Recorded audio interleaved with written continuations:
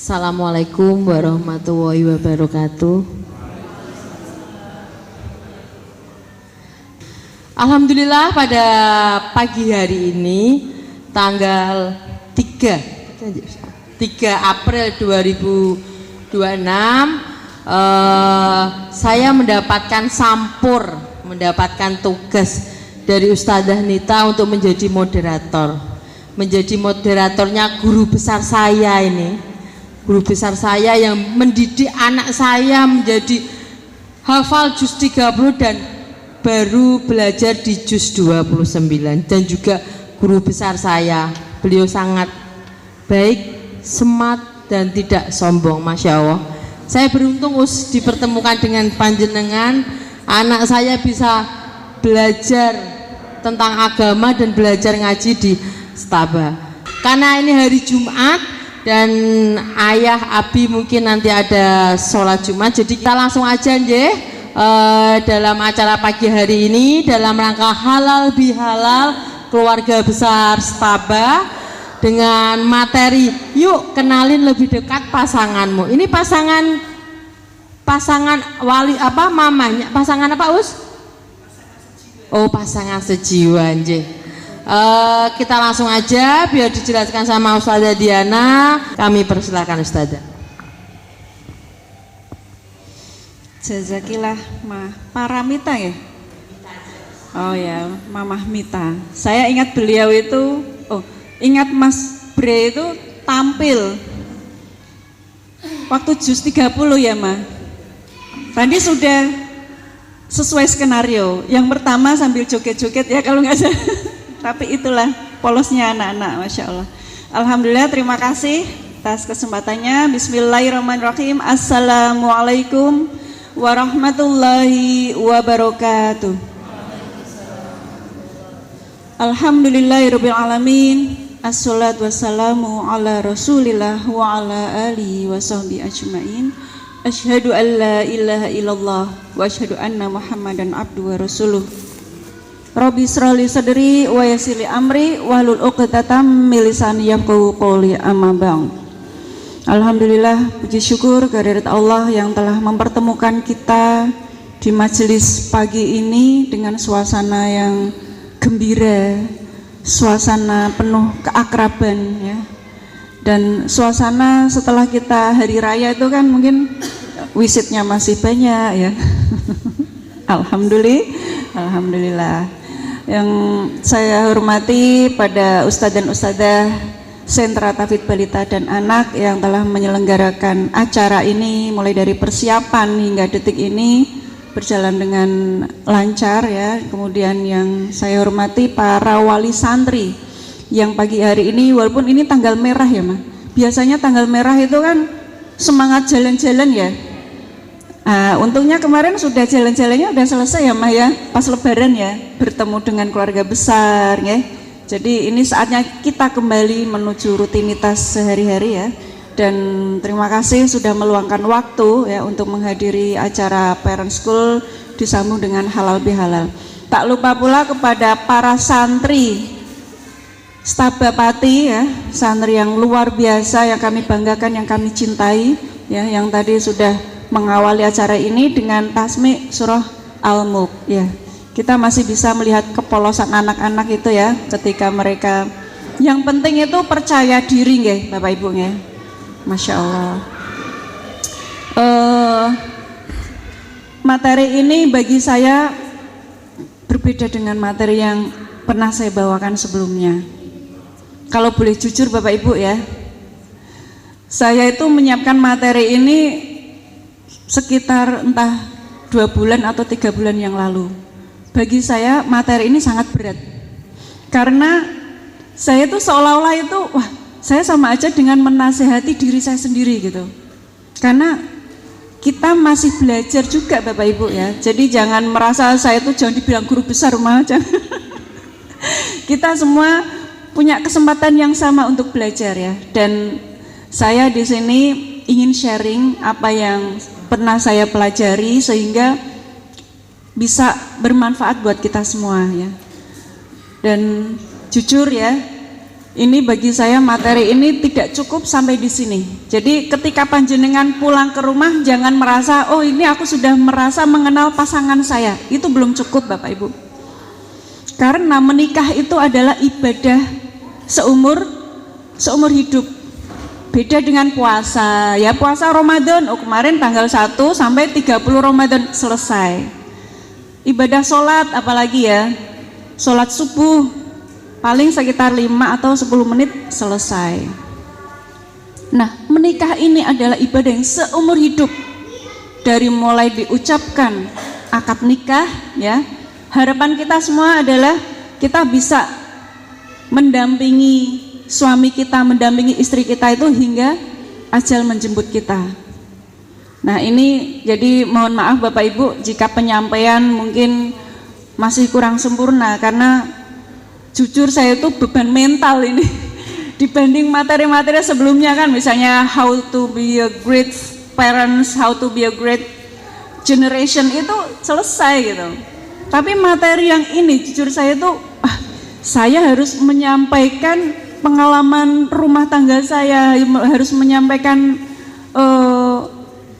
hal-hal yang pernah saya pelajari dalam waktu 1 jam. Lah ini yang beratnya di situ ya Bapak Ibu. Jadi mohon nanti ini hanya awalan saja ya. Hanya awalan supaya kita nanti kedepannya itu bisa lebih. Kita tetap butuh belajar ya Mah ya. Enggak sampai di sini saja. Baik itu prolog dari saya. Kita bisa menuju slide yang pertama. Nah, kehidupan rumah tangga itu pasti akan menghadapi tantangan. Oh ya baik, kita tukar tempat ya, biar saya lebih enak ngelihat slide-nya. Ya. Jadi kehidupan rumah tangga itu yang tidak ada yang namanya orang menikah itu tidak diuji. Setuju Bapak Ibu? Yang menikah hidupnya lurus aja, nyaman saja. Tidak ada pernikahan seperti itu. Yang ada adalah pasti mengalami namanya ujian, tantangan. Nah, sayangnya ya, ini saya mendapatkan data dari BPS. Orang yang tidak kuat dalam mengarungi rumah tangga pasti ada ujian macam-macamnya. Dia akan menyerah atau bisa disebut dengan bercerai. Walaupun perceraian itu dihalalkan Allah, tapi Allah tidak suka. Ini hanya pintu darurat ya Mah ya. Misalnya istri dizalimi berkali-kali gitu, tidak mendapat haknya sebagai istri. Namun saya tidak ingin fokus di situ, saya hanya ingin menyampaikan data. Ini loh datanya yang nauzubillah. Tahun 2020 data ini saya ambil prosentase. Jadi saya tidak fokus pada jumlahnya ya. Kalau jumlahnya udah mencapai ribuan Mah. Persentase perceraian di kabupaten ini khusus di Kabupaten Pati tahun 2020 itu sebesar 27%. Artinya dari 100 orang yang menikah itu yang 27 mengalami perceraian. Bapak Ibu silahkan diamati di sekitar, ada enggak kasus orang yang bercerai? Enggak jauh-jauh lah, mungkin saudara, tetangga gitu. Ada enggak Mah? Banyak ya. Nah ini angka tahun 2020 Bapak Ibu sebesar 27%. Kemudian data 2025 naik sangat drastis menjadi 31%. Ini angka yang sangat fantastis ya. Bukan angka yang kecil. Apalagi sekarang banyak sekali pabrik-pabrik yang berdiri di Pati ya. Kalau mau masuk kota Pati itu kan ada pabrik milik orang Korea ya. Keluar Pati ada pabrik lagi bukan milik orang pribumi gitu. Ini bisa jadi salah satu pemicu. Nah, saya tidak ingin membahas kenapa bercerai, tidak. Saya hanya ingin menyampaikan bahwa ini loh data, ini pun yang terungkap ya Bapak Ibu. Mungkin yang tidak terungkap angkanya bisa sangat lebih besar lagi. Nah ini jadi kita perlu istilahnya waspada ya, kita ini siaga 1 ini. Maka dari itu membina rumah tangga itu menjadi tantangannya menjadi lebih luar biasa, karena orang menjadi hal yang perceraian itu sudah hal yang biasa. Berbeda dengan orang tua kita zaman dulu ya, bapak kita atau nenek kakek kita itu. Kasus perceraian mungkin sangat sedikit, sangat minim. Karena sekarang tantangannya luar biasa ya. Baru yang belum yang di dunia nyata, belum yang dunia maya. Nah, ini yang pemicunya itu ya ketemu dengan CLBK apa itu? CLBK Bapak Ibu tahu istilah CLBK? Nah, ini reuni ya, biasanya ajang reuni, ketemu dengan CLBK-nya, cinta lama bersemi kembali, apalagi kondisi rumah tangganya tidak harmonis ya. Nah, next ya, maka kita harus belajar Bapak Ibu, termasuk saya, harus belajar bagaimana supaya kita bisa lebih mengenal pasangan kita gitu. Kita bisa lebih struggle ya. Nah ini saya ingin menyampaikan bahwa laki-laki dan perempuan itu berbeda ya. Ada yang bilang sama, pejuang emansipasi itu bilang sama loh mah. Pejuang emansipasi kan menuntut kesetaraan gender itu. Nah ini isu yang mereka angkat. Namun kita tidak, kita punya Al-Quran ya, yang menjadi rujukan kita sebagai umat Islam. Kalau di dalam surah Allah menyatakan bahwa laki-laki dan perempuan itu berbeda. Ini surah Quran di Al-Quran surah Ali Imran ayat 36, bahwa laki-laki dan perempuan tidaklah sama. Jadi Allah sudah berfirman nih bahwa laki-laki sama perempuan itu di apa-apaan itu tetap berbeda gitu. Jadi ngapain para pejuang emansipasi itu mereka memperjuangkan hak perempuan, perempuan boleh bekerja, perempuan sama dengan laki-laki gitu. Padahal ketika Allah berfirman bahwa laki-laki dan perempuan itu berbeda, intinya wanita itu lebih dimuliakan. Salah satu hal yang mendasari kenapa perempuan dan laki-laki itu berbeda adalah karena otaknya berbeda. Ini gambar otak ya Bapak Ibu, bukan gambar telinga ya, atau jamur kuping ya. Ini adalah gambar struktur otak kita. Ya, saya belajar dari Bu Aisyah Dahlan ya, barangkali Bapak Ibu ada yang sangat familiar dengan beliau itu, Masya Allah belajarnya itu bertahun-tahun untuk mendapatkan, saya baru kemarin gitu. Makanya saya termasuk ketika menyampaikan materi ini, bagi saya ini beban yang sangat berat Bapak Ibu, karena ini seolah-olah menasihati diri saya sendiri ya. Ada yang namanya hipotalamus ya, ada yang namanya corpus callosum. Apa sih hipotalamus itu? Nah, ini kita berbicara tentang fungsi hipotalamus itu adalah fungsi menjaga keamanan. Sebagai laki-laki, hipotalamusnya itu 2,5 kali lebih besar daripada perempuan. Jadi ini ditunjukkan oleh segitiga ini. Ada segitiga ya, yang ditunjukkan itu namanya hipotalamus. Pada laki-laki hipotalamusnya itu 2,5 lebih besar daripada perempuan. Dampaknya apa? Yang pertama adalah menjaga keamanan. Jadi laki-laki itu punya naluri ya untuk melindungi keluarganya, melindungi istrinya, melindungi anaknya gitu. Apalagi di dalam surah An-Nisa ayat 34 itu ar-rijalu qawwamuna 'alan nisa. Laki-laki itu sebagai pemimpin bagi istrinya. Maka ketika kita beraktivitas di luar ya, kita izin sama suami itu, suami akan seneng banget. Ayah, aku setelah belanja mau mampir kemana gitu. Walaupun suami nggak nanya, tapi ketika kita memberikan informasi, suami akan seneng. Betul Bapak? Ketika istrinya WA gitu, minta izin, yang dirasakan apa? Seneng ya, merasa dihargai, dan ini informasi yang berharga Bapak Ibu. khususnya buat ibu-ibu ya. Jadi jangan pernah meremehkan, alah cuman pergi sebentar aja kok gitu. Maka sebagai suami dia kewamnya akan merasa lebih dihargai ya ketika istri selalu memberikan informasi aktivitasnya khususnya di luar rumah, karena itu tadi jiwanya adalah menjaga.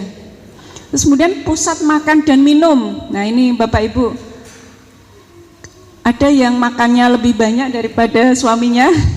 Nggak ada ya, karena laki-laki itu butuh apa? Kekuatan, fisiknya harus lebih kuat. Maka ya jangan heran kalau suami kita makannya lebih banyak gitu. Dan jangan mengeluh, wah berasnya cepat habis gara-gara ayah tuh makannya banyak sekali gitu. Nah ini karena apa? Karena makan dan minum itu lebih banyak kebutuhannya bagi para laki-laki. Kemudian pusat tidur ya. Ketika laki-laki tidur itu 70% aktivitas elektriknya mati. Sebaliknya, kalau perempuan itu hanya 10% yang mati. Nah ini Bapak Ibu harus tahu nih, kadangkala apalagi yang baru punya baby nih, kadangkala kan, kok aku terus yang harus bangun, kan aku capek gitu. Ayah gantiin dong, kok ayah anaknya nangis keras gitu di sebelahnya. Kira-kira bapak-bapak ini bisa bangun apa enggak? Yang bangun duluan siapa? Ibunya kan? Karena itu tadi pusat tidur 70% aktivitas elektriknya tuh mati, padam, pet gitu. Ibarat TV dimatikan, 70% mati, yang masih berfungsi hanya 30% ya. Misalnya keadaan darurat itu masih bisa lah. Tapi bagi seorang istri ketika tidur, saya sering melihat di medsos itu ya. Coba nanti jenengan share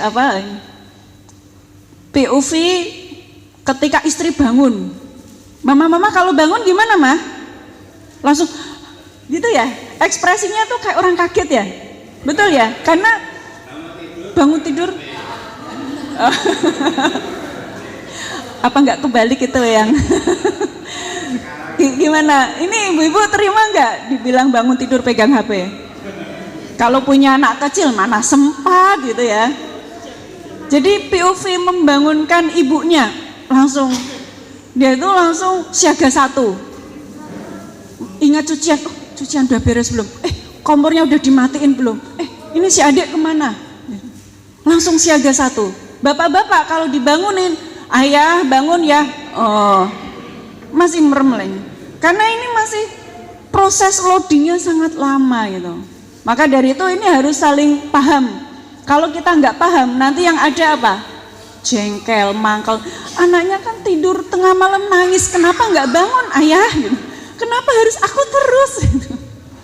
Ya karena itu tadi, otaknya berbeda strukturnya. Maka harus ada saling memahami. Kalau sudah paham begini kan jadi tahu ilmunya ya. Oh berarti ya kita tinggal memahami karena berbeda struktur otaknya. Kemudian pusat syahwat dan birahi. Maka ini sudah paham ya, karena ada anak-anak ini tidak akan saya perjelas lagi ya. Jadi kekuatan laki-laki itu kadang-kala itu dalam kondisi apapun ya memang istri harus siap melayani kapanpun. Siap ibu-ibu? Siap. Bahkan ada satu hadis ya. Bahkan ketika kamu akan sudah siap di atas pelana kuda, ketika suamimu minta, kita harus melayani. Karena itu memang kebutuhan yang harus kita jaga. Kalau tidak seperti itu nanti dampaknya akan sangat fatal ibu-ibu ya. Ini makanya kita harus jadi istri yang siaga. Setuju ibu-ibu? Nah, kemudian kita beralih ke korpus kalosum ya. Berbeda dengan hipotalamus, laki-laki itu lebih 2,5 kali lebih lebar daripada perempuan, sedangkan korpus kalosum pada perempuan itu lebih tebal. Jadi korpus kalosum ini menghubungkan belahan otak kanan dan otak kirinya. Maka ketika dalam kondisi tidur pun otaknya tetap aktif. Dan Masya Allah, hebatnya perempuan itu, dia multitasking. Masak sambil ngomong anaknya, gendong ya Mas, oh iya hujan, langsung lari ambil jemuran. Kadang-kala kakinya sambil gini-gini, ngapain ibu-ibu? Ada yang basah nih, masak, gendong anak, kakinya sambil ngelap lantai yang basah, misalnya anaknya numpahin minum gitu biar nggak kepleset. Bapak-bapak bisa nggak? Karena bapak-bapak itu bisanya fokus pada satu tasking, fokus pada satu hal, konsentrasi. Nah, ini nanti akan kita bahas pada slide berikutnya. Inilah hebatnya ibu-ibu, ya. Dia bisa melakukan tugas dalam satu waktu. Kadang sambil jawab telepon gitu, tangannya gendong gini, sini ada teleponnya. Oh iya, ibunya telepon ya. Gimana mama kabarnya? Satu gendong, yang satu ngepel gitu. Bisa ibu-ibu? Ini biasa gitu. Biasa, kita punya skill seperti itu karena korpus kalosum kita lebih tebal. Jadi otak kanan dan otak kiri itu terhubung dengan lebih besar gitu. Dan ini yang kekurangan dari laki-laki. Dia ketika dikasih tugas ngomong, ayah tolong jagain adik ya. Yang dilakukan apa ibu-ibu? Boleh jujur? Ayah tolong jagain adik ya, ini masakan tinggal dikit nih. Kalau nggak tidur ngapain? Dikasih HP, anaknya yang dikasih HP. Atau kadang-kala bapaknya yang sibuk main HP. Oh diliatin aja, oh aman gitu. Nah inilah, bisa nggak kita, ayah tolong jagain adik sambil masak ya. Bisa nggak? Maka ibu-ibu jangan menuntut sekali-sekali, jangan minta tolong seperti itu ya. Aku aja bisa kok ayah, masa nggak bisa? Oh bapak-bapak bisa? Ya.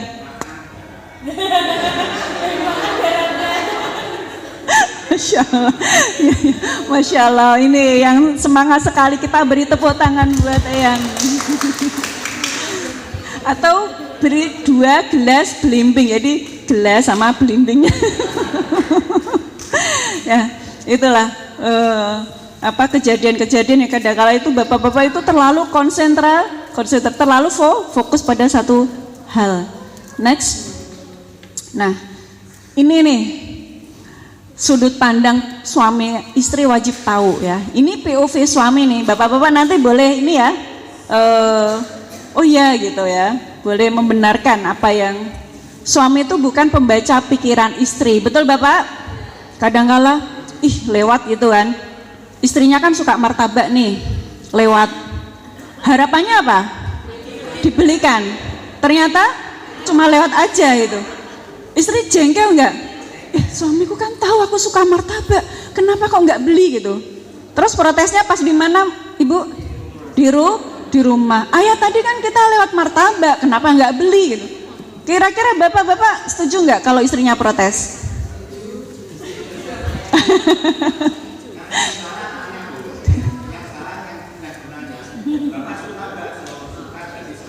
Oh iya, pertanyaannya salah ya Kung ya.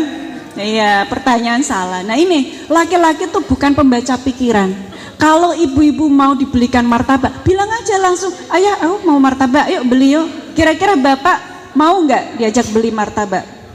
Mau. Nah ini ibu-ibu jangan khawatir ya, karena saya sering juga mengalami. Sudah sampai rumah, ayah kan tadi kita lewat itu, kenapa nggak beli? Ini pengalaman saya juga, bapak ibu ya. Terus kemudian jangan suka pakai bahasa kode-kodean, mau kode keras, super keras gitu. Ya karena itu tadi, suami itu bukan pembaca pikiran. Kalau kita butuh sesuatu, sampaikan dengan cara yang bahasa yang tegas ya, tapi lembut ya. Kemudian jujur aja sama suami. Jadi suami butuh kepastian.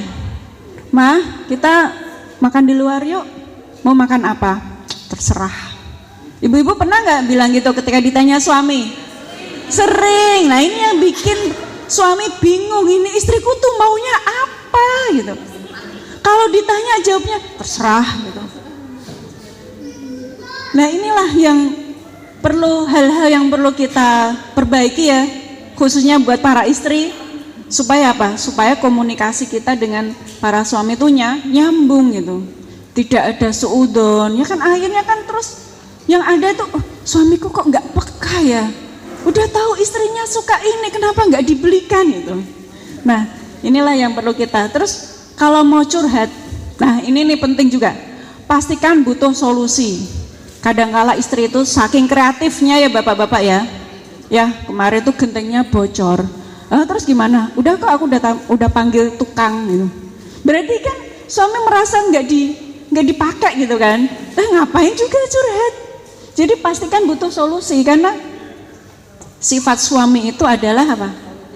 Solutif. Dia ingin melindungi ya. Kalau memang sesuatu, kita butuh sesuatu ya, mau curhat itu ya, tapi ya inilah kreatifnya ya, karena itu tadi multitasking. Kadang kita itu hanya ingin didengar, betul ibu-ibu? Kita kadang kala itu nggak butuh solusi, betul ibu-ibu? Kita udah tahu solusinya. Cuman karena perempuan itu menurut riset dalam satu hari butuh mengeluarkan kata-kata sebanyak berapa, ada yang tahu? 20.000 kata sehari. Sementara suami dalam sehari hanya 7.000 kata. Nah ini kan senjang sekali ya. Istrinya masih pengen cerita gitu, suaminya udah karena dari kantor ya, apalagi ini yang profesinya mengajar ya, yang profesinya pembicara publik ya, dia stoknya tinggal 500 di rumah. Istrinya pengen curhat, istrinya masih punya 10.000 karena seharian dia nggak kemana-mana. Jadi ya nanggepnya, oh ayah tadi tuh ini cerita kan kita pengen ditanggapi ya kalau cerita ya. Tapi kadang suami jawabnya cuma 2 kata, H sama M. Kira-kira rasanya gimana ibu-ibu? Jengkel ya? Iya ayah ini diajak cerita kok kenapa nggak mau nanggapi?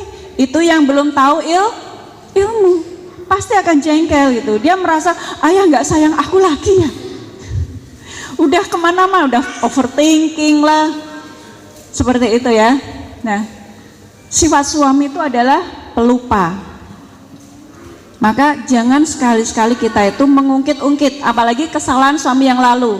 Misalnya nih, suami naruh kunci, lupa. Mama lihat nggak kuncinya ayah? Ayah itu kan sukanya tuh naruh nggak di tempatnya. Coba diingat-ingat loh, ini ditanya kok malah mengevaluasi. Coba kemarin juga gitu, kemarinnya lagi juga gitu. Nah ini kan karena suami muda lupa.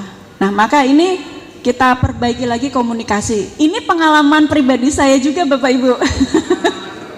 Pengalaman saya, jadi seringnya kan karena laki-laki itu kan terlalu percaya sama istri, jadi saya tuh berusaha positive thinking ya Mah ya, terlalu percaya istri sehingga dimanapun naruh barang itu kita itu pasti tahu.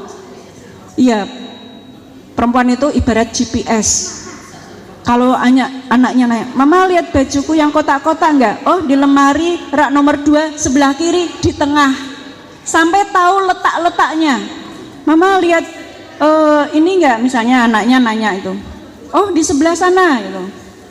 Bahkan kita tahu detailnya. Itulah hebatnya perempuan gitu.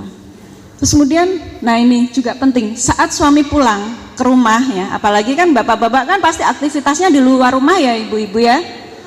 Ketika pulang ke rumah itu mukanya bapak-bapak gimana? Apakah sumringnya, halo yang pulang gitu? Mukanya gimana? Datar. Assalamualaikum. Mukanya masih Waalaikumsalam ayah, ya ayah udah pulang gitu. Kita udah mau menyambut dengan penuh excited ya. Udah wajahnya udah dipasang secantik mungkin gitu kan. Ayah udah pulang, ini aku udah siapin buat ayah kesukaannya ayah. Tapi mukanya masih datar. Tanggal tua. Betul ya. Betul ya. Ditambah tanggal tua ini kata Eyang. 2 menit berlalu mukanya masih sama. 5 menit, ih ayah nggak sayang aku, padahal aku udah nungguin dari tadi gitu. Akhirnya istrinya ngambek, mama kenapa sih kok ngambek? Nah ini baru sadar 10 menit berikutnya, barulah suami dia baru proses loading ya Bapak Ibu. Ketika pulang ke rumah bukannya dia nggak suka, kalau ayah nggak suka pulang ngapain pulang gitu kan, malah sampai kemana-mana gitu. Kalau nggak mau pulang, iya ayah nggak suka pulang ya, mukanya masih datar gitu. Maka kasih waktu berapa? 10 menit. Supaya apa? Ada waktu dia mensinkronkan antara kondisi di luar rumah dengan di dalam rumah. Di luar rumah itu kira-kira suami kita itu berjuang mencari nafkah. Kira-kira yang dihadapi di luar sana itu hal yang mudah atau hal yang tidak mudah? Pasti mengalami yang namanya tekanan dari atasannya, ada konflik dengan partnernya gitu, dikejar target, deadline dan lain sebagainya. Jadi ini perlu kita kasih ruang, khususnya para istri ya, ibu-ibu, kita kasih kesempatan 10 menit untuk mensinkronisasi gitu. HP aja kita sinkronkan ya ibu-ibu ya. Jadi kita perlu juga memberi waktu pada suami kita. Jadi nah ini juga yang tidak kalah penting, suami paling tidak suka dievaluasi apalagi di depan orang lain, termasuk anaknya sendiri ya. Nah ini catat, para ibu wajib mencatat nih poin yang sangat penting, karena ini bisa berujung pada konflik.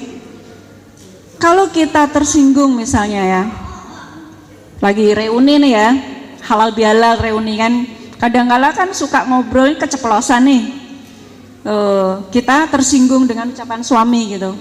Jangan langsung dievaluasi di depan orang lain. Ayah itu ngomong apa sih? Kan aku nggak seperti itu gitu. Nah ini coba ditahan dulu. Memang butuh kesabaran ya untuk karena kita itu perempuan kan dominan di perasaan. Boleh nggak kita mengevaluasi suami? Walaupun suami nggak suka, boleh nggak ibu-ibu? Kita memberikan evaluasi pada suami, boleh nggak? Memberi masukan, boleh. Hanya apa? Caranya.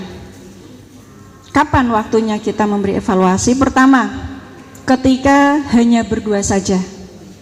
Jadi sediakan waktu berdua sama suami, kemudian sampaikan to the point, jangan bertele-tele. Suami nggak suka. Suka itu ketika, dan gunakan bahasa aku ya, aku, ayah, terus terang aku tersinggung loh ya kemarin ketika ayah ngomong begini-begini gitu. Jangan menggunakan bahasa kamu. Ayah itu sukanya kalau ngomong kemana-mana gitu. Nah ini poin yang sangat penting ya. Kalau kita menggunakan bahasa aku itu lebih pada kita jujur mengungkapkan perasaan kita. Tapi kalau menggunakan bahasa kamu atau suami kita, kesannya kita adalah menjudge ya. Kita menyalahkan, padahal kita namanya memberikan masukan ya. Seperti itu ya. Ya namanya rumah tangga kan biasa ya, kadang bicaranya kurang terkontrol dan lain sebagainya. Nah, ini juga ada sebuah riset ya. Riset ini dilakukan oleh Harvard Publishing tahun 2020. Secara biologis ketika suami merasa nyaman saat bersama, itu akan mudah tertidur. Betul ibu-ibu? Kita lagi ngobrol serius nih, suami kita kan terus karena nyaman ya di pangkuan kita misalnya kan, tiba-tiba kok terdengar suara dengkuran gitu. Padahal kita lagi asik-asiknya curhat, kita lagi semangat untuk ngobrol. Tiba-tiba suami kita tertidur. Ibu-ibu pernah mengalami? Sering. Kenapa? Nah ini ada namanya riset ya. Ternyata laki-laki itu, sebentar balik lagi. Laki-laki itu otaknya akan melepaskan yang namanya hormon oksitosin. Itu hormon keterikatan terhadap orang yang dicintai. semakin dalam rasa cintanya terhadap pasangan ya, terhadap istrinya, maka dia ketika berada di dekatnya itu sudah matanya tuh sudah pengen tidur gitu. Nah, laki-laki ketika tidur dia akan merelaksasi. Yang tadinya stres, banyak pikiran di kantor, dia akan merasa rileks. Dan Masya Allah, ini sangat membantu karena suami melepaskan hormonnya, hormon keterikatan, tubuhnya jadi rileks, nyaman. Ketika bangun gimana kondisinya? Bapak-bapak ketika istrinya lagi enak-enak cerita terus ketiduran, ketika bangun tidur yang dirasakan apa bapak-bapak?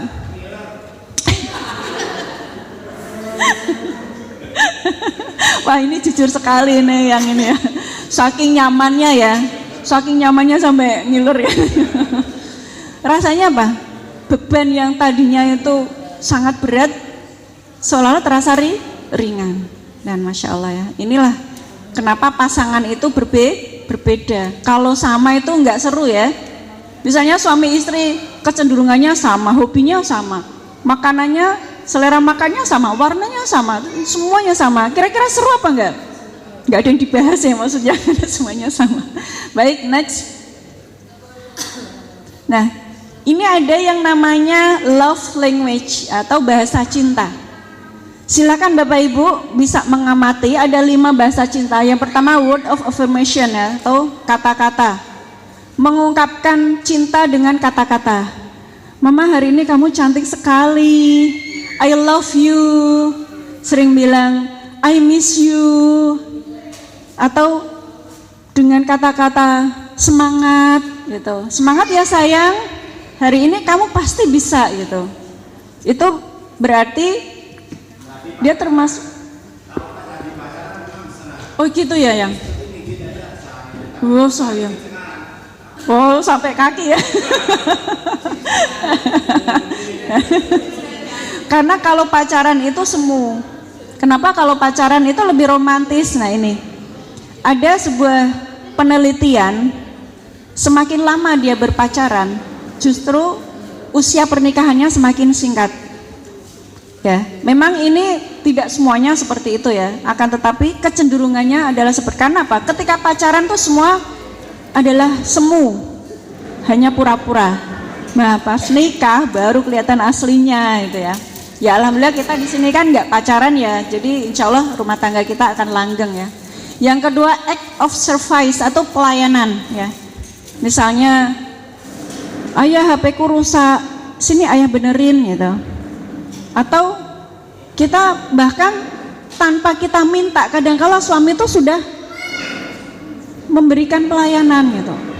Nah ini kalau tipe suami saya ini yang pertama dan kedua itu saya sering sekali dipuji, jadi Masya Allah. Jadi bapak-bapak jangan pelit pujian ya, minta tolong. Ibu-ibu tuh senang digombali, betul ibu-ibu? Walaupun itu gombel gitu kan, gombel tapi itu seneng gitu. Kita dipuji, mau dibilang cantik padahal cuma pakai daster doang, mukanya mungkin glowingnya karena minyak gitu. Dibilang cantik, kita tersanjung enggak? Tersanjung gitu. Jadi bapak-bapak tolong jangan pelit pujian ya, memuji istrinya, jangan memuji temannya di kantor ya, atau memuji siapa figur yang lain. Nah, ini lebih sering memuji istri, maka istri akan menjadi semakin cinta insya Allah. Kemudian receiving gift atau menerima hadiah gitu. Ada tipe yang dia tuh suka sekali dikasih hadiah gitu. Terus kemudian quality time ya, dia cenderung suka menghabiskan waktu berdua, hanya berdua. Dulu kita punya jadwal Bapak Ibu, ya namanya rencana ya, kadang-kala itu ya bisa, kadang-kala kita menyempatkan jalan berdua kencan ya. Jadi kadang anak-anak itu yang ngasih semangat, sana lo ayah pergi sama mama berdua kencan gitu kan. Nah ini karena ketika kita berdua ya, tanpa anak-anak ya, ini anak-anak bisa diamankan di rumah ibu mertua atau di rumah orang tua gitu, akan ada waktu untuk bondingnya. Kita bisa lebih terbuka. Kalau sama anak fokusnya kemana ibu-ibu? Ke anak, nyuapin lah, anaknya lari-larian, kita fokusnya ke anak. Tapi kalau kita berdua, jalan berdua, nah itu akan suasananya juga akan berbeda gitu ya. Kemudian physical touch atau sentuhan fisik, ya. Suka dibelai, dipeluk, ya. Suka diberikan ini atau dicium, ya. Kalau mau berangkat kerja misalnya suami mencium kening istrinya, itu Rasulullah aja seperti itu gitu. Jadi jangan malu, jangan gengsi. Ini kadang-kadang ada suami-suami yang gengsi ketika dipeluk istrinya, malu. Tapi enggak ya, insya Allah ya di sini. Jadi coba masing-masing kita mengenali suami kita itu tipe yang mana dari kelima body love language itu. Kemudian kita sebelumnya kita juga termasuk tipe yang mana. Kalau sama-sama tipenya, misalnya saya mendetek kalau suami saya itu yang pertama, kedua dan ketiga. Kalau saya kejerungannya ya hampir semua sih sebenarnya, termasuk menerima hadiah itu ya. Kadangkala saya tuh, masya Allah, saya kadang-kala itu nggak minta, tiba-tiba suami itu udah ngasih. Ya ini bocoran bapak-bapak. Kalau istrinya itu sudah minta, itu berarti itu udah kode sangat keras. Saya contohnya ya, ini bukan bermaksud flexing, enggak ya. Ketika kami pindah di sini kan, dulu saya tinggal di rumah kontrakan depan itu. Tiba-tiba ada mobil Honda Jazz datang gitu. Saya nggak pernah minta loh Pak. Ayah ini mobil siapa? Ini mobil buat mama, masya Allah itu. Jadi saya tuh nggak pernah minta, itu suami sudah memberikan gitu. Dan masya Allah ini saya sangat bersyukur gitu, memiliki suami yang sangat perhatian dengan kebutuhan saya gitu. Dan ini kan juga untuk anak-anak juga ya, untuk ngantar sekolah dan lain sebagainya. Jadi nanti, amin. Ya ini mungkin levelnya beda-beda ya, bisa misalnya istrinya suka makan steak ya, itu tiba-tiba datang membawakan kesukaannya gitu kan. Jadi tidak harus poinnya tidak harus yang mahal ya, tapi lebih pada makna bahwa ini loh wujud perhatiannya, inilah love language seorang suami terhadap istrinya ya. Ya, next. Nah, ini bagaimana kita menciptakan rumah tangga yang tenang ya, sakinah, mawaddah warahmah. Ini ada beberapa hal yang bisa kita upayakan ya. Yang pertama, suami memuliakan istri dan istri menghormati suami. Kadang-kadang istri yang punya gaji yang lebih besar, kira-kira jujur ya, ada seorang istri gajinya lebih besar. Terkadang dia menganggap suaminya itu partner. Kan aku sama-sama cari nafkah gitu. Kira-kira suami suka nggak ketika istri mengatakan itu? Suami tidak akan suka ketika istri menyebut nafkah, walaupun kenyataannya seperti itu. Sebut saja menjemput rezeki. Ayah, alhamdulillah hari ini aku mau menjemput rezeki gitu. Nah, kira-kira bapak-bapak lebih suka mana dengernya? Aku hari ini cari nafkah dulu ya gitu, atau ayah hari ini aku mau menjemput rezeki. Kira-kira bapak-bapak lebih suka yang mana ini?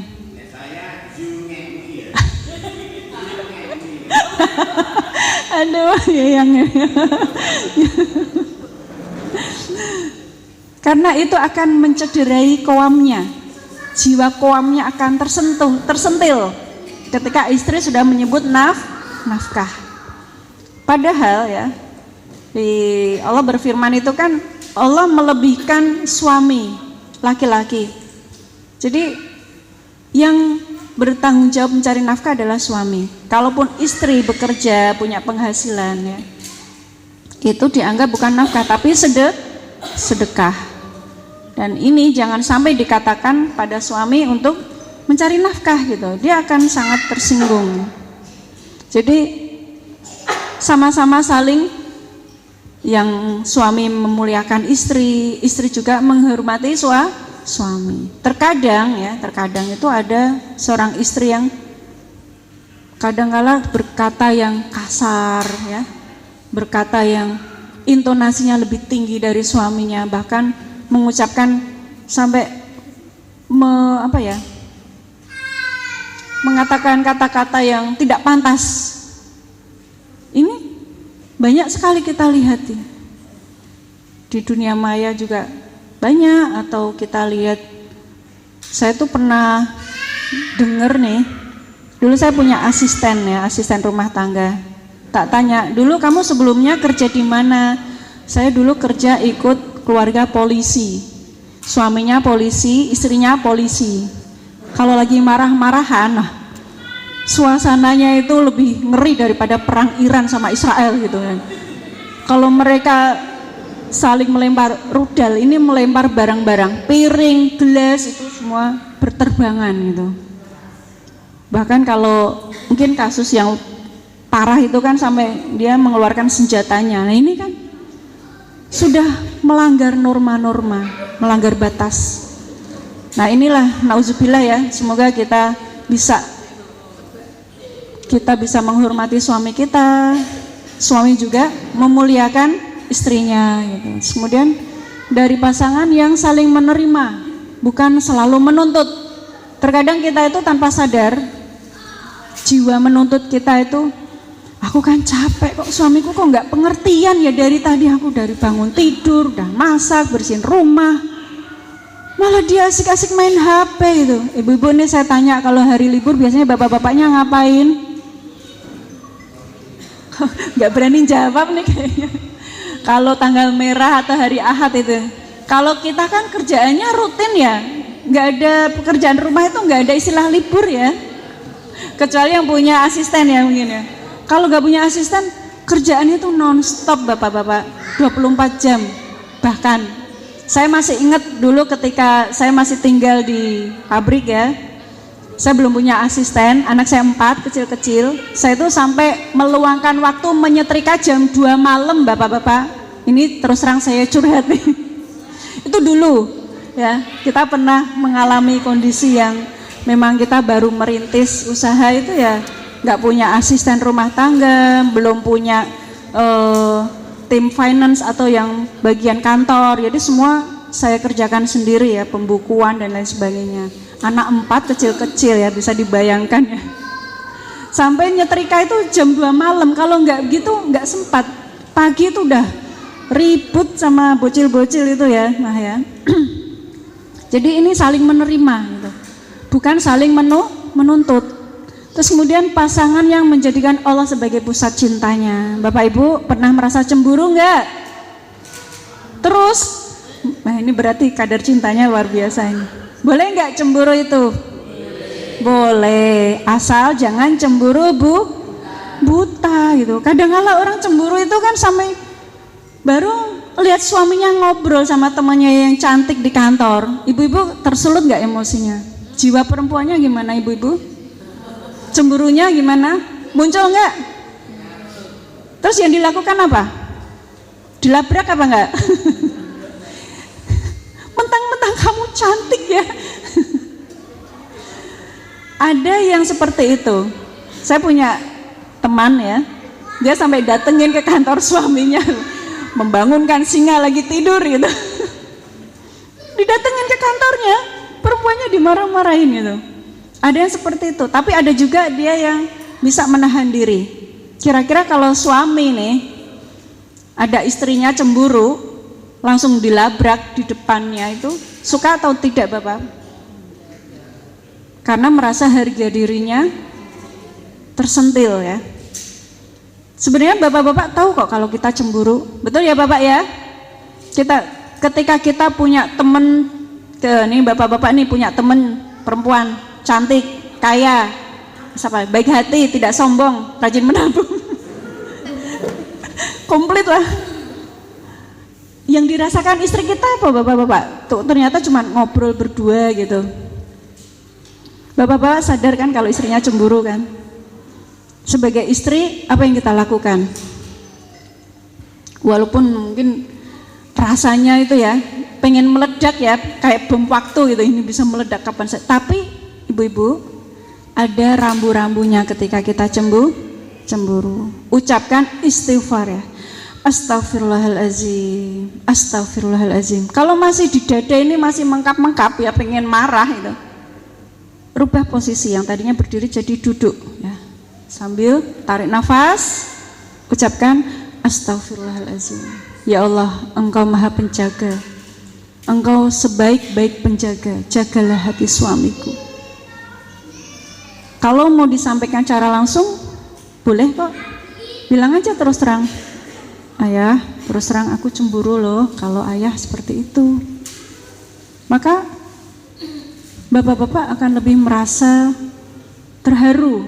Oh, berarti istriku ini cinta banget sama aku gitu. Padahal kan nggak ada maksud apa-apa ya. Kadang-kadang bahas pekerjaan ya, atau membahas ya namanya satu tim kan butuh komunikasi gitu. Kadang kitanya aja yang overthinking, bapak-bapak, mohon dimaklumi ya. Karena istri itu dominan perasaan. Nah, inilah tantangan kita ibu-ibu. Kita punya 9 bagian perasaan dan 1 logika. Tantangan kita yang menaklukkan 9 itu satu persatu, satu demi satu gitu. Ini bukan hal yang mudah loh bapak-bapak. Untuk bisa mengelola emosi seorang istri, ya ini memang butuh perjuangan yang luar biasa ya. Terus kemudian dari pasangan yang saling percaya, setia menjaga dan membungkam maaf setiap hari. Kita tentunya pasangan yang masing-masing punya kekurangan. Pasti yang namanya melakukan kesalahan itu pasti terjadi. Maka dari itu ya, nah, upayakanlah kita untuk setiap kita melakukan atau setiap hari kita meminta maaf pada pasangan kita ya, karena bisa jadi karena tugas seorang suami itu hanya satu ibu, adalah sebagai tameng istrinya terhadap api neraka. Maka ketika kita yakin, kalau kita harus yakin suami kita ridho. Kalau suami kita ridho, insya Allah apapun, seberat apapun masalah yang kita hadapi ya. Mungkin kita punya masalah di kantor ya, buat istri yang punya ini di public area ya, itu akan menjadi terasa lebih ringan. Ya ini tadi, saling menjaga, saling setia ketika berjauhan ya. Barangkali ada nih yang pasangan yang suaminya kerja di luar Jawa ya, istrinya tetap stay di sini menjaga anak-anak. Nah, ini butuh yang namanya saling percaya gitu. Yang penting doa kita yang jangan pernah putus ya Bapak Ibu. Ini saya ada tips ya. Jadi kalau saya habis sholat itu membaca doa Robitoh. Bapak Ibu tahu ya, doa Robitoh itu maksurat yang terakhir itu. Allahumma innaka ta'lamun alna hadhil qulub, dan terus seterusnya. Doa itu bagi saya itu adalah senjata pamungkas ketika kita berjauhan dengan suami. Ya artinya ketika dimanapun lah ya, kita harus itu tadi menyandarkan pada Allah itu. Jadi ketika cinta itu didasarkan atas cinta kepada Allah ya, masalah apapun menjadi terasa ringan. Misalnya kita ada konflik dengan suami atau suami dengan istrinya ya, ketika masing-masing mempertahankan ego ya Mah ya, kadang-kala itu kita sama-sama nggak mau ngalah loh Mah. Ketika ego kita tersentil, aku nggak mau minta maaf duluan, kan dia yang salah. Saya juga pernah mengalami seperti itu gitu. Jadi mendingan saya ngambek daripada minta maaf itu. Ya akhirnya suami yang minta maaf duluan, ini yang seringnya. Tapi ya itu, perempuan juga punya ego gitu. Ketika kita merasa tersinggung ya, pengennya ngambek, pengennya suami mendatangi kita. Padahal suami harapannya apa? Istrinya yang mendatanginya, bermanja-manja gitu kan. Nah ini yang perlu yang namanya kita itu menyamakan ya, dan perlu yang namanya itu saling memahami gitu. Terus kemudian suami istri itu saling menutup aib, bukan malah sebaliknya. Yang kita lihat di medsos saat ini apa Bapak Ibu? Ketika artis A, B, C gitu, mereka saling mengumbar aib pasangannya. Nauzubillah. Padahal di dalam surah Al-Baqarah ya ayat 182 itu hunna libasul lahun. Mereka itu adalah pakaian bagimu dan kamu adalah pakaian baginya. Pakaian itu fungsinya untuk apa Bapak Ibu? Menutup. termasuk aib. Tentu kita orang yang paling mengenal suami kita dibanding orang lain. Ketika dalam kondisi emosi pengennya apa? Aibnya diumbar kan? Nah, inilah hal-hal yang harus kita hindari. Kalau kita tidak paham ilmu, maka ya semau-maunya aja kita mau ngomong apa ya, mau curhat apa di medsos, mau bikin status apa, lagi jengkel sama suami bikin status gitu ya. Nah, ini ibu-ibu ini yang seringnya itu jengkel sama suaminya bikin status gitu. Nah, ini yang perlu kita hindari. Padahal kita itu seperti pakaian adalah menutup aib pasangan kita. Karena barang siapa yang menutup aib pasangannya, Allah akan menutup aibnya di hari kiamat. Siapa yang tidak ingin aib kita ditutup oleh Allah? Kita bukan orang yang sempurna Bapak Ibu. Tentu kita punya aib di masa lalu atau aib yang kadang-kala kita nggak sadar gitu ya. Jadi bukan kita yang sempurna, tapi Allah itu yang menutup aib kita rapat-rapat ya Mah ya. Kita nggak mungkin bisa. Kalau Allah berkehendak, bisa saja aib kita itu diketahui oleh orang lain gitu. Tapi Allah itu sayang sama kita, maka aib kita ditutup. Nah, inilah kita juga harus menutup aib pasangan kita gitu. Next. Nah, ini sudah selesai. Ada menikah adalah perjuangan Bapak Ibu. Saya ingat betul ini nasihat saya dapatkan dari kakak saya. Jadi waktu saya menikah, saya mendapat hadiah berupa tas untuk pesta, itu ada tulisannya ya. Ini sangat terkesan bagi saya. Sampai saya ingat sampai sekarang ini. Menikah adalah perjuangan, yaitu perjuangan untuk memulai ya. Kita ketika akad nikah diucapkan, kita baru memulai hidup baru. Kemudian perjuangan untuk bertahan ya, kondisi apapun kita diuji dengan biasanya kalau pengantin baru itu kan secara finansial ya masih merintis ya, apalagi yang baru berusaha kita berjuang bagaimana kita bertahan gitu, bagaimana uang yang 1 juta itu bisa bertahan 1 bulan gitu. Karena kami juga pernah mengalami gitu. Jadi gaji saya waktu itu hanya 1.800.000 berdua sama suami. Kami yang masih nanggung biaya pendidikan adik. Sisanya itu buat makan Bapak Ibu. Jadi panjenengan boleh percaya boleh tidak ya. Ini pengalaman yang pernah kami alami ya. Di samping itu kita tidak punya niat untuk pengeluaran itu betul-betul saya catat. Beli susu, saya catat susu UHT yang harganya zaman dulu itu cuma 1.500, saya catat semua. Semua pengeluaran saya catat, kemudian di akhir bulan saya evaluasi. Ini pengeluaran mana yang harus saya irit lagi gitu. Jadi Bapak Ibu itu pernah juga kami mengalami, karena memang kita baru merintis usaha. Kita tinggal di tempat yang tidak ada tetangga. Tetangga itu radius mungkin 3 km ke barat. Kalau ke timur itu mungkin lebih jauh lagi ya, bisa 3 kilo. Tidak ada tetangga, tidak ada listrik, Bapak Ibu. Bisa dibayangkan 6 bulan tanpa listrik, itu tahun 2005.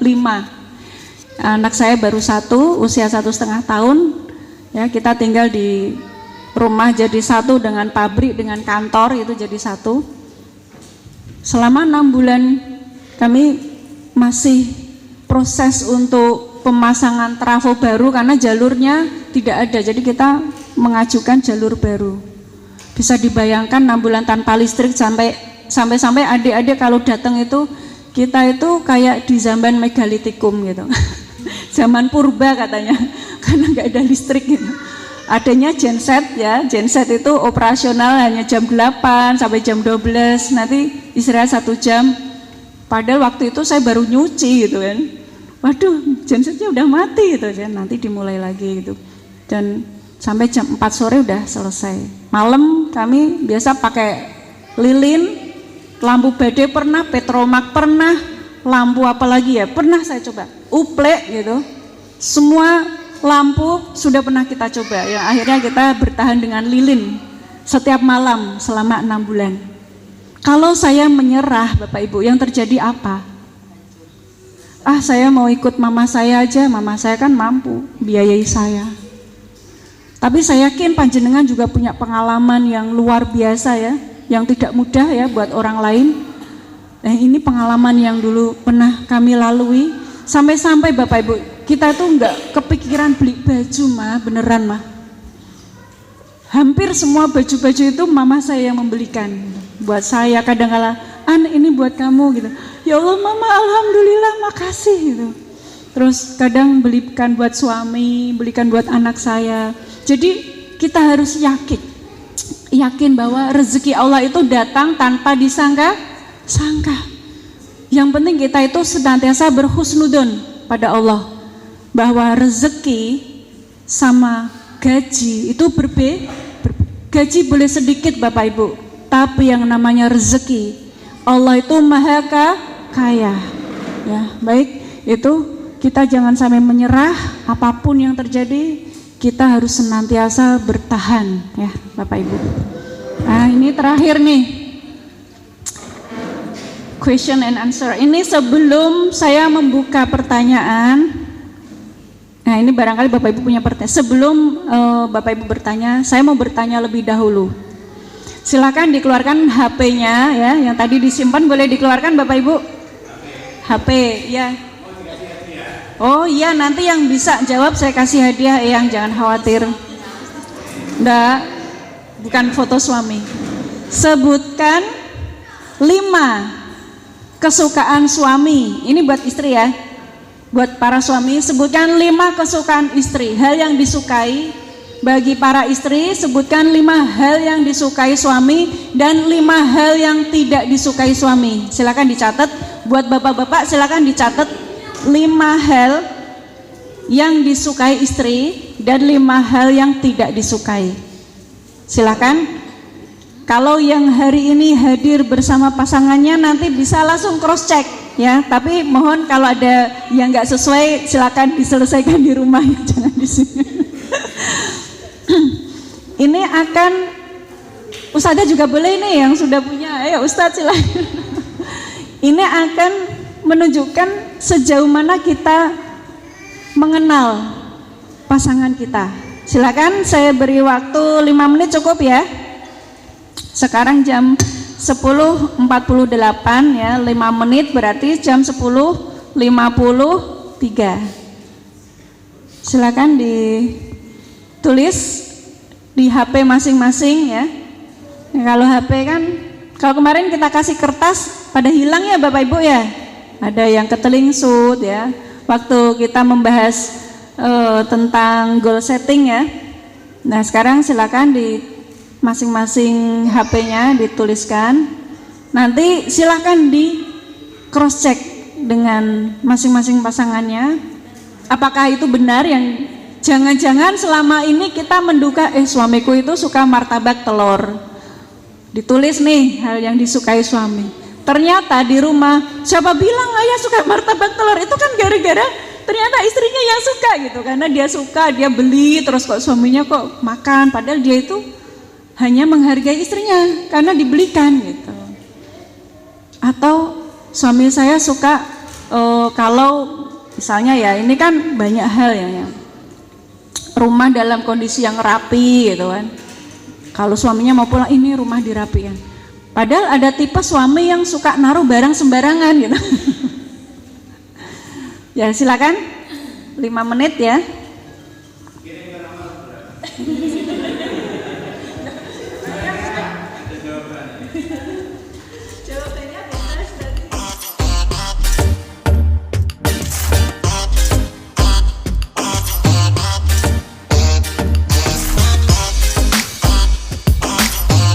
Tinggal 2 menit waktunya.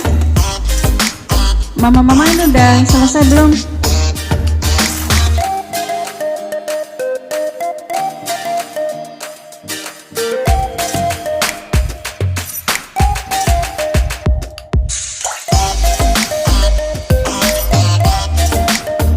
Sambil waktu masih 1 menit. Nah ini saya ingin memberikan apresiasi ini. Yang usia pernikahannya paling lama, ini mesti yang ini. Yang usia pernikahannya yang berapa tahun ya menikah? Ya. Masya Allah, Masya Allah. Masya Allah, ini ada door prize ini buat Eyang, silakan Ustazah. Monggo Eyang, kita beri aplaus ya. Ini patut ditiru rumah tangga beliau. Jadi sebenarnya saya tuh menyampaikan itu ya agak nggak enak juga karena ada yang lebih senior. Monggo Eyang, silakan.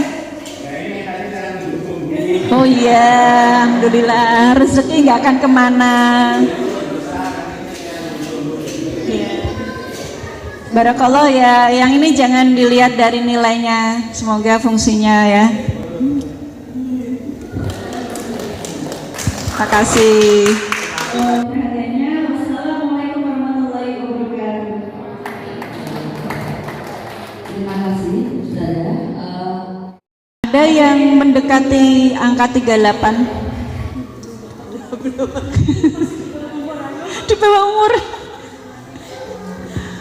Kalau saya baru 23 yang masih separuh lebih lah ya. Ada yang 20 tahun menikah, usia pernikahan 20 tahun. Kayaknya Gen X saya aja ini. Berapa usia mah?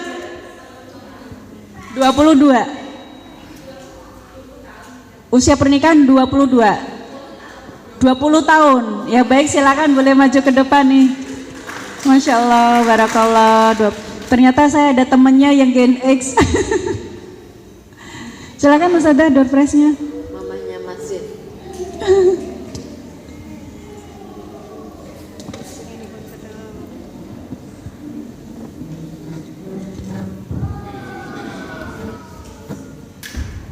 Ya, barakallah ya Ma.